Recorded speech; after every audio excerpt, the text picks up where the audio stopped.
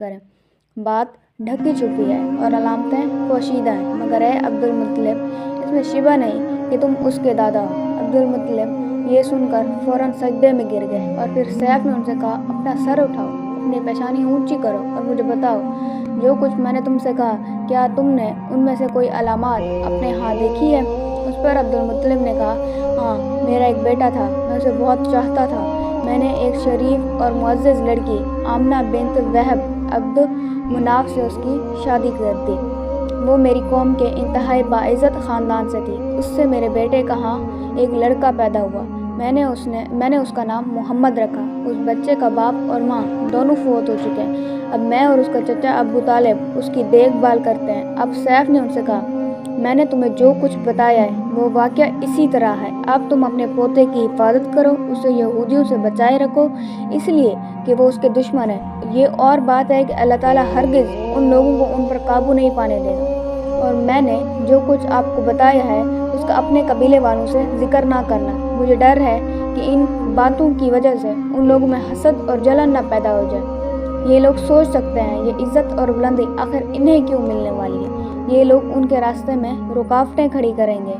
اگر یہ لوگ اس وقت تک زندہ نہ رہے ان کی اولادیں یہ کام کریں گی۔ اگر مجھے یہ معلوم نہ ہوتا کہ اس نبی کے ظہور سے پہلے ہی موت مجھے آ لے گئی تو میں اپنے اونٹوں اور قافلوں کے ساتھ روانہ ہوتا اور ان کی سلطنت کے مرکز یثرب پہنچتا، کیونکہ میں اس کتاب میں یہ بات پاتا ہوں کہ شہر یثرب ان کی سلطنت کا مرکز ہوگا، ان کی طاقت کا سرچشمہ ہوگا، ان کی مدد اور نصرت کا ٹھکانہ ہوگا، ان کی وفات کی جگہ ہوگی، انہیں دفن بھی یہیں کیا جائے گا۔ اور ہماری کتاب پچھلے علوم سے بھری پڑی ہے۔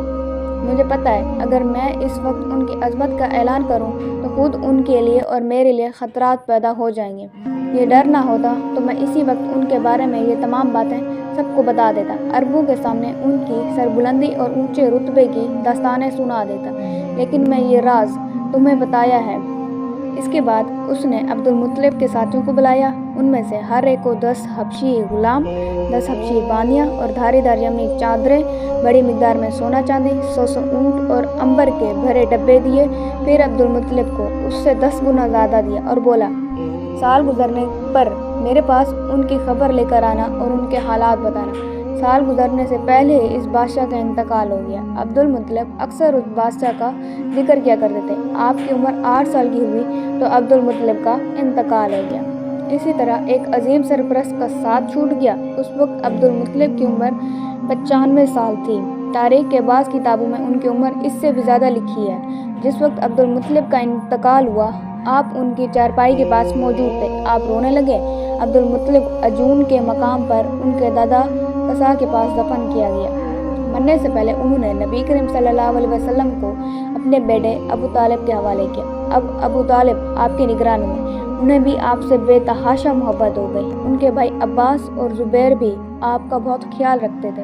پھر زبیر بھی انتقال کر گئے تو آپ کی نگرانی آپ کے چچا ابو طالب ہی کرتے رہے۔ انہیں بھی نبی کریم صلی اللہ علیہ وسلم سے بہت محبت تھی۔ جب انہوں نے آپ کی برکات دیکھی، معجزے دیکھے تو ان کی محبت میں اور اضافہ ہو گیا۔ یہ مالی اعتبار سے کمزور تھے۔ 2 وقت سارے گھرانے کو پیٹ بھرنا مشکل ہو جاتا تھا، لیکن جب نبی کریم صلی اللہ علیہ وسلم ان کے ساتھ کھانا کھاتے تو تھوڑا کھانا بھی ان سب کے لیے کافی ہو جاتا، سب کے پیٹ بھر جاتے۔ اسی لیے دوپہر یا رات کے کھانے کا وقت ہوتا تو وہ سب دسترخوان پر بیٹھتے تو ابو طالب ان سے کہتے، ابھی کھانا شروع نہ کرو، میرا بیٹا آ جائے پھر شروع کرنا۔ پھر آپ تشریف لے آتے اور ان کے ساتھ بیٹھ جاتے۔ آپ کی برکات اس طرح ظاہر ہوتی کہ سب کے سیر ہونے کے بعد بھی کھانا بچ جاتا تھا۔ اگر دودھ ہوتا تو پہلے نبی کریم صلی اللہ علیہ وسلم کو پینے کے لیے دیا جاتا تھا، پھر ابو طالب کے بیٹے پیتے، یہاں تک کہ ایک ہی پیالے سے سب کے سب دودھ پی لیتے۔ خوب سیر ہو جاتے اور دودھ پھر بھی بچ جاتا۔